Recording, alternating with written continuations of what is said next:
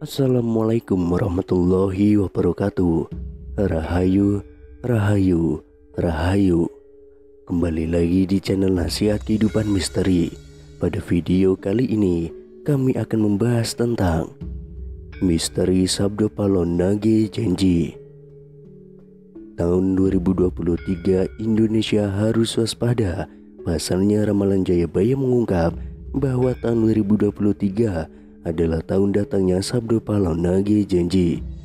Sabdo Palon Nage Janji ini diyakini sebagai tanda akan terjadinya kekacauan atau bencana alam yang akan terjadi di berbagai daerah. Wong Cowo wis ilang cowone adalah ungkapan Jayabaya yang menyebut tanda-tanda Sabdo Palon datang, memomong masyarakat Jawa yang sudah kehilangan spiritualitasnya. Berdasarkan ramalan Jayabaya mengungkap bahwa masyarakat Jawa menunggu datangnya masa Sabdo Palon Nage Janji. Kemudian kekacauan merajalela di mana-mana. Tercatat dalam ramalan Jayabaya, dalam serat Sabdo Palon Pupuk 4 bersumpah akan muncul kembali sebagai pamomong tanah Jawa setelah 500 tahun runtuhnya kerajaan Majapahit. Apabila dihitung 500 tahun dari kerajaan Majapahit runtuh, yaitu pada tahun 1478, maka ramalan datangnya masa Sabdo Palon Nage Janji jatuh pada tahun 2020 hingga tahun 2023. Pertanda meletusnya Gunung Merapi yang dijelaskan dalam Pupuh 5 dalam serat Sabdo Palon yang berbunyi, Kulon damel pratondo, pratondo tembayang mamihar di Merapi yang jeblok mililahar, lindu peng pitu setino, kaline banjir badang, yang artinya saya akan membuat pertanda sebagai janji teguh saya apabila Merapi sudah meletus, mengeluarkan lahar, dan terjadi gempa bumi 7 kali dalam sehari, serta banjir badang akan datang. Dalam serat Sabdo Palon Pupuh 13 disebutkan akan ada ombak munggah daratan, yang artinya merujuk pada sebuah bencana tsunami. Berdasarkan Pupuh 11 dalam serat Sabdo Palon disebutkan panggeblo enggang pinangkung, leloro ngombro-ngombro, enjang sugeng sonten praloyo, yang artinya akan datang wabah mengerikan merajalela di mana-mana.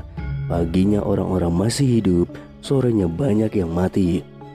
Selain itu akan ada juga kejadian sosial di mana perpolitikan akan memanas di tanah Jawa sehingga Indonesia menjadi carut-marut. Hal tersebut lantaran adanya egosentrisme dan eksploitasi yang semakin parah. Disebutkan juga oleh Sabdo Palon bahwa moral masyarakat Jawa banyak yang rusak. Dalam ramalan jangka Jayabaya bahwa masa Sabdo Palon Nage Janji ini akan terus menimbulkan kejadian alam dan sosial yang bakal terjadi secara terus-menerus hingga tahun 2056 berdasarkan hitungan waktu yang sudah diperkirakan.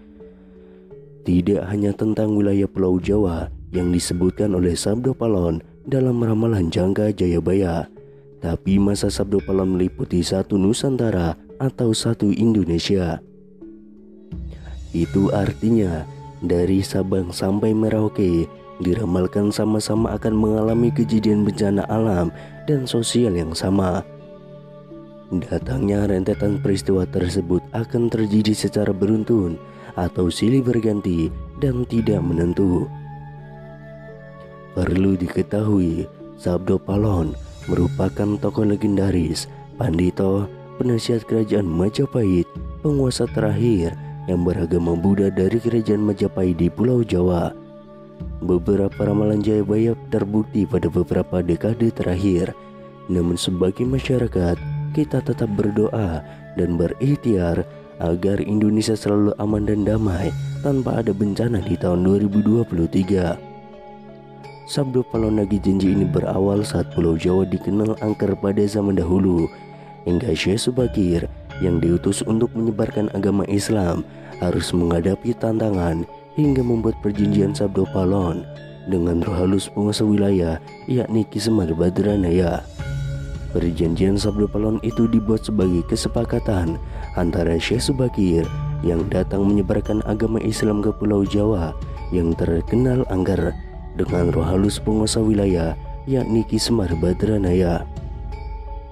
Diceritakan pada masa dahulu, Pulau Jawa terkenal angker yang dikuasai roh halus Ki Semar Badranaya. Kedatangan Syekh Subakir yang diutus oleh Sultan Turki, Sultan Muhammad I untuk syiar agama Islam. Setelah keduanya terlibat pertempuran dan sama-sama kuat, Syekh Subakir dan Ki Semar Badranaya akhirnya membuat kesepakatan melalui sebuah perjanjian yang disebut Sabdo Palon. Namun kedatangan Syekh Subakir dalam melakukan syiar Islam di Pulau Jawa saat itu harus mendapat rintangan hingga harus membuat perjanjian dengan Ki Semar Badranaya sebagai roh halus Begedahnyang atau penguasa wilayah tanah Jawa. Syekh Subakir dikenal sebagai orang yang berhasil menumbali Pulau Jawa yang terkenal angker dan ungit pada dahulu kala. Saat itu Sultan Turki, Sultan Muhammad I mendapatkan petunjuk untuk melakukan penyebaran Islam di Pulau Jawa, sebuah tempat di tanah Jawa yang dalam pengaruh magis begitu kuat. Mulai dari jin hingga setan menghuni setiap sudut tanah Jawa yang saat itu masih berbentuk hutan belantara. Diutuslah rombongan para alim ulama untuk mendatangi Pulau Jawa guna melakukan syiar Islam. Namun alangkah terkejutnya Sultan Muhammad I karena hampir seluruh rombongan tersebut tewas akibat perbuatan para lelembut penduduk tanah Jawa yang tidak mau menerima ajaran Islam. Namun petunjuk harus tetap dijalankan sehingga utusan berikutnya dikirim ke Pulau Jawa yang angker itu. Sosok utusan itu terkenal alim, ahli ruqyah, memiliki kemampuan untuk berinteraksi dengan dunia gaib. Bahkan sosok ini memiliki keahlian dalam membabat tanah yang angker. Dialah Syekh Subakir yang memiliki nama asli Syekh Tambu Ali bin Syekh Bakir, berasal dari tanah Persia atau yang sekarang lebih dikenal dengan negara Iran. Sesampainya di Pulau Jawa, Syekh Subakir langsung menuju ke Gunung Tidar yang diyakini sebagai titik pusat dari tanah Jawa. Di puncak gunung ini, Syekh Subakir memasang tumbal berupa batu hitam yang sudah diraja. Batu tersebut dikenal dengan nama Aji Kala Cakra untuk menetralisir daya magis negatif dari bangsa jin. Selama 3 hari 3 malam, batu tersebut mengeluarkan hawa yang sangat panas hingga para lelembut terpaksa menyingkir ke Laut Selatan Jawa.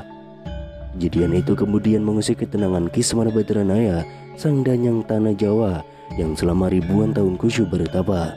Pertempuran pun akhirnya tidak terhindarkan antara Syekh Subakir dengan Ki Semar Badranaya selama 40 hari 46 malam. Namun selama pertempuran itu keduanya sama-sama kuat sampai akhirnya Ki Semar Badranaya menawarkan perundingan kepada Syekh Subakir yang menghasilkan sebuah kesepakatan perjanjian yang terkenal dengan sebutan Perjanjian Sabdo Palon.